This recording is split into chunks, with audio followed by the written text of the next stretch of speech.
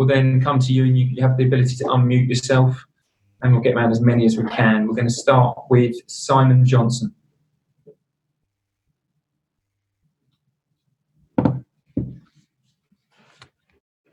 Hi, Frank. Tough night, positives and negatives. There are a lot of Chelsea fans, though, that are quite angry about Kepa, it seems. Do you think that that's harsh with the goals that we conceded? And are you worried about his levels of confidence going to a big game on Sunday? No, I wouldn't talk about individuals in a game where we've conceded those goals. Some were real quality Liverpool finishes, particularly the free kick. There were some collective and individual errors for them. But what we did do was contribute to a really good game. A 4-3 feels like we may get back in the game. I felt it throughout, even at 3-0 is difficult, but 3-1 and what that gave us and the way we were playing in the game. So we know where we're at. We know that if we make mistakes like that against a team of the quality of Liverpool, then this is what can happen. But there were a lot of good things in the game, so I certainly don't want to get in an individual conversation about players. We've got now 2 big domestic games to play this week, and it's important that we go in and together, as in players, fans, everybody, trying to finish the season how we want. Vinny O'Connor. Hi, Frank. Jamie Carragher in commentary spoke about the impact of Pulisic and likened it really to the impact that Eden Hazard had on Chelsea. And what could you say about his influence tonight, and just how important will he be moving forward to get closer and really challenge Liverpool next season, or the likes of Liverpool next season? Yeah, I mean, hugely important. He has had that impact. And I was here for Eden's first year, and it's not easy coming to the Premier League. And even for Eden in that first year, it's adapting to the Premier League. And Christian has had his moments of that. But since, mid-season, he had a really good patch. And then since restart, he's been in an incredible form. And only the injury he picked up in the Norwich game has kept him out of the semi-final when he's flying.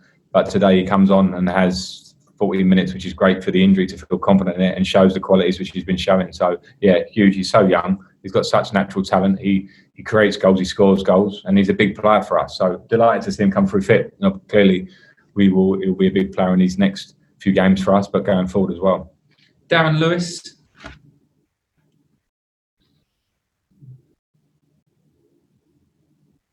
Remember to unmute yourself, Darren.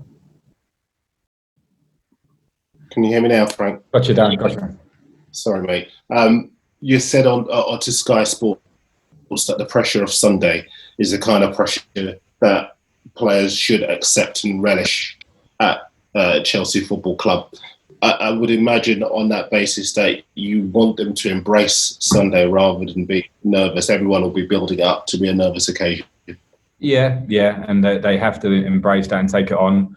We've got a mixture of youth, and hopefully that youthfulness can sometimes help, but we also have players that have been in situations like this before, come to the territory of playing for a top club. And also we should have a feeling of achievement to this point, that if we were offered this at the start of the season when not many people expected us to be in the top 4 race, that we now have it in our own hands. We're at the bridge. We have a really strong opponent coming, obviously, in Wolves. But it's up to us. So, yeah, I've got belief in the players. I've seen a lot in the last 2 games, particularly with Manchester United and with Liverpool tonight, of what we're about. It's been the spirit and character in those 2 performances. We have to carry on for one more in the league. Matt Law. Hi, Frank. Hi. Did you always think it would probably go down to the final day, one way or the other, for Champions League qualification? And just kind of similar theme to Darren, but are you expecting one of these days where you're going to have to keep in touch with everything that's going on as you go along, and some twists and turns? Yeah. I don't know about last day. I suppose since restart and knowing how tight it is, and with a view on the fixtures that we had and going into this last week with Liverpool and Wolves have always been in this race as well until just now in terms of Champions League places. There was the feeling that it could go this far. I felt we may be able to get over the line tonight before the game because we played so well at Manchester and we contributed in this game well. On another night at 4-3, we get our point tonight.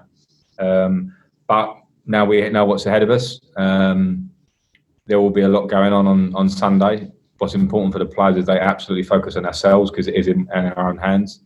and that's the job I'll do as well. We can't really affect what's going on elsewhere, and we have to try and get over the line. We've got character in the group, we've got quality, we've got a good opponent coming, but it's on us now. Okay, last two, Jacob and then Nick Callow to finish.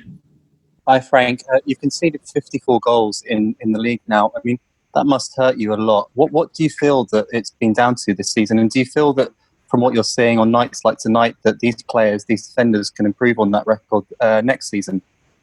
So of course you're going to want to. I don't want to dwell on how many goals are conceded now. I want to concentrate on where we're at, where we've got a game to go, and we want to win that game to get in the top four. I mean, you could reflect on a season and how many goals you scored, how many chances we created, what was our chance conversion. We know we need to improve in different elements of our game, but at the same time, with what the challenges that were put on us all at the start of the season, we now have it in our hands to try and win one more game now.